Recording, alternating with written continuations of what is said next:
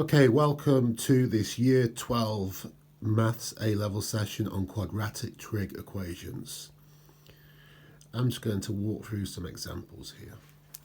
Let's look at this first one. We've got something reasonably straightforward here, actually. So, cos square theta equals a half. Imagine square rooting. So, cos of theta would be either positive square root of a half, or cos theta would be negative square root of a half. Now, you could probably roll square root 1 over 2, that's 1 over root 2, which is actually root 2 over 2 there. That's one of the famous ones.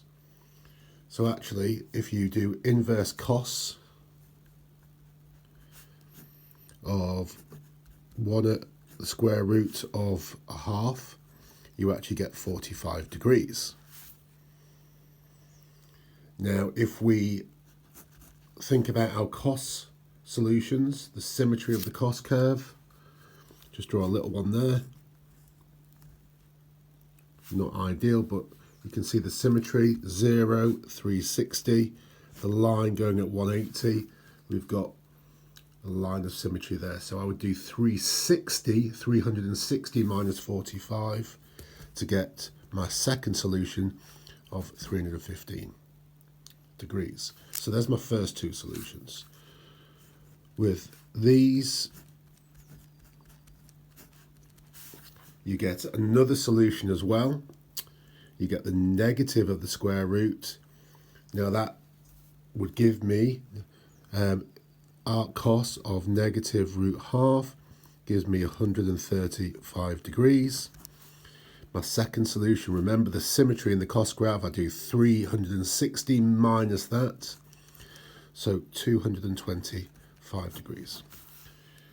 And those are the four solutions to this question. Okay, line under that, job done. Here we have something a little trickier because we've got a translation.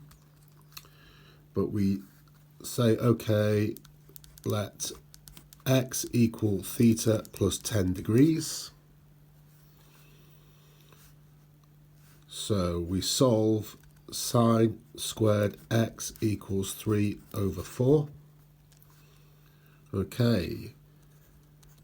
Sine x is going to equal root 3 over 2, or sine x is negative root 3 over 2. So we've got the positive root and the negative root, of course. We can put these in. So the positive, that would give me x equals 60 degrees. This is another one of the famous sine values, root 3 over 2.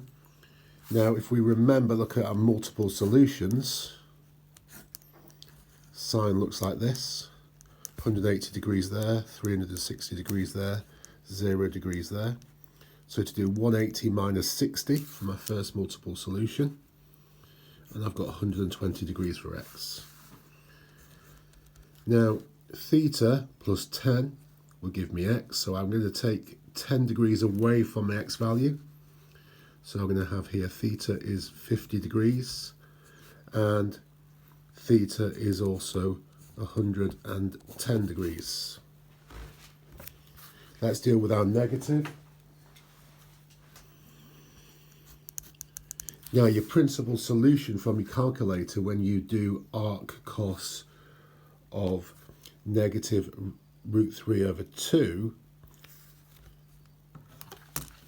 well, let's do it as a calculator.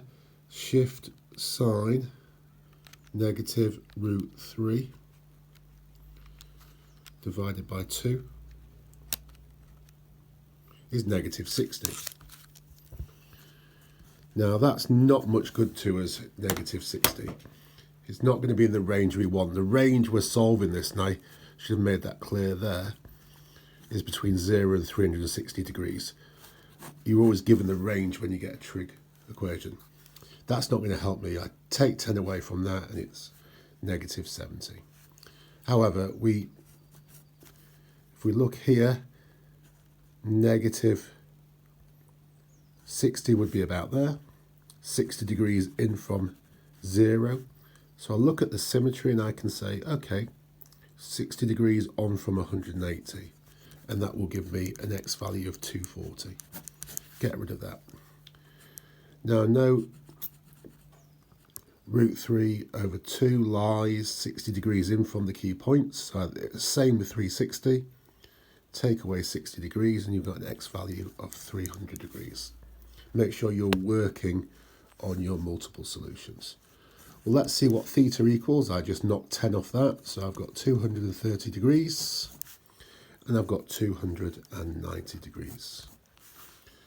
So that's where we have a trig equation, a quadratic trig equation with a bit of a translation.